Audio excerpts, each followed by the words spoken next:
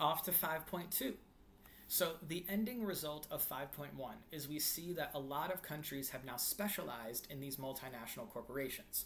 So what are we going to talk about with our course countries? Well, first off, the easiest to talk about is going to be China, as it is the largest economy of our six countries. Obviously, it is the second largest economy on Earth, and the ending result is going to be that they have developed something called an SEZ, or a Special Economic Zone. This is going to be typically specifically on the eastern coast of China, from Beijing down to Shanghai, Shenzhen. These are all areas to where China, being a communist country, is going to allow economic liberalization. If you go more inland into the more rural areas, they are not allowed to have multinational corporations. They are not allowed to have Apple. They're not allowed to have Nike. If you go to Shanghai, you are able to buy Nike. You are able to buy Apple. If you go to the middle of Xinjiang, you are not finding Nike there. That is because of these special economic zones.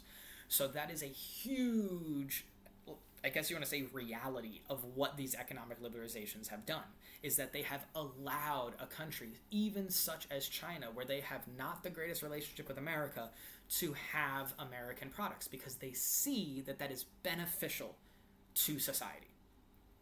Next, we are going to move to Mexico because Mexico has a very specific perspective on this. Obviously, Mexico has an issue with their economy due to cartels and due to the influence of illegal activities. With that, though, due to privatization is the aspect of where agencies, businesses, are not controlled by the government. They are inherently separate. So you have public institutions, which we know is like universities, high schools, things like that are public, meaning that tax dollars are paid to this and they are giving benefit to anyone and everyone. Privatization is the complete opposite, meaning that it is funded by individuals, groups of people, or shareholders, the things you can buy stock in, and they are gaining money to only people that essentially buy the product. The benefit is only going to the people buying the product, and the benefit is only going to the people who own the company or own the shares.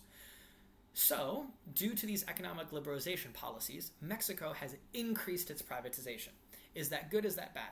Depends on who you talk to. But what we do know is that Petroleum of Mexico, Pemex, their largest oil/gas producer, has grown significantly, and that is very beneficial to an economy. Next, we could talk about Putin and Nigeria because they go together. A very important thing to understand with Nigeria is that they are some of the most rich in natural resource countries on Earth.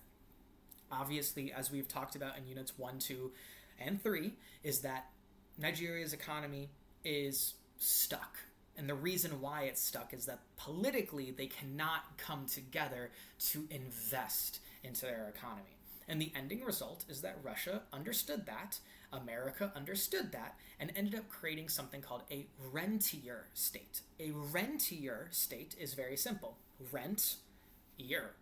Rent meaning to essentially sell your yearly control of a thing, assumingly so, in adulthood, you rent a condo. You don't own the condo. The condo owner, Nigeria, is allowing another person to live in their home for 1 year. A rentier state is the same concept. Nigeria is allowing Russia to come to their country for a year, probably much longer than that, and instead of fixing the apartment themselves, Russia comes in and does all of the dirty work. They drill for the oil and gas. They find the location. They spend the billions upon billions of dollars to actually get that oil in hopes that they make more money in the long run. The problem has been is that Nigeria has fallen into this trap of a rentier state to where they make short-term money. They get that monthly dividend. They get that monthly money every single time from these countries, but they end up making significantly less money in the long run. Putin has done a great job of renationalizing their oil and natural gas industries, which we've seen used in political ways before. During the Russian-Ukrainian conflict, war, whatever term you want to use, they actually cut off the natural gas line to many other countries, and that was seen as a political battle. But that's the power that you have when you have natural resources, is that you could and you can control these powers. So the ending result is that Nigeria joined forces with Russia to give power to Russia to extract and produce oil. The ending result is now Russia has essentially, I don't want to say full control, but a pretty large control of Nigeria's oil industry. America's in there as well, so I'm not just blaming Russia. And finally, Putin has realized the power of these gas and oils, and he has renationalized. So he's republicized these industries. So unlike Mexico, which went more privatization, Russia actually took away its privatization and went to nationalization or publicization. Sounds weird, right? So the ending result is that we are focusing on control of these natural resources, because economic liberalization forces countries to seriously look at what they're good at. China realized they're really good at producing technology, so they're going to invest heavily into that and they're going to produce it. Mexico realized that they have natural resources, they have a general difficulty controlling their businesses due to illegal activities, so they're going to focus on privatizing their natural resources. Nigeria realized that they are sitting on literally trillions of dollars of oil that they can't mine, so they would much rather at least get some money than no money.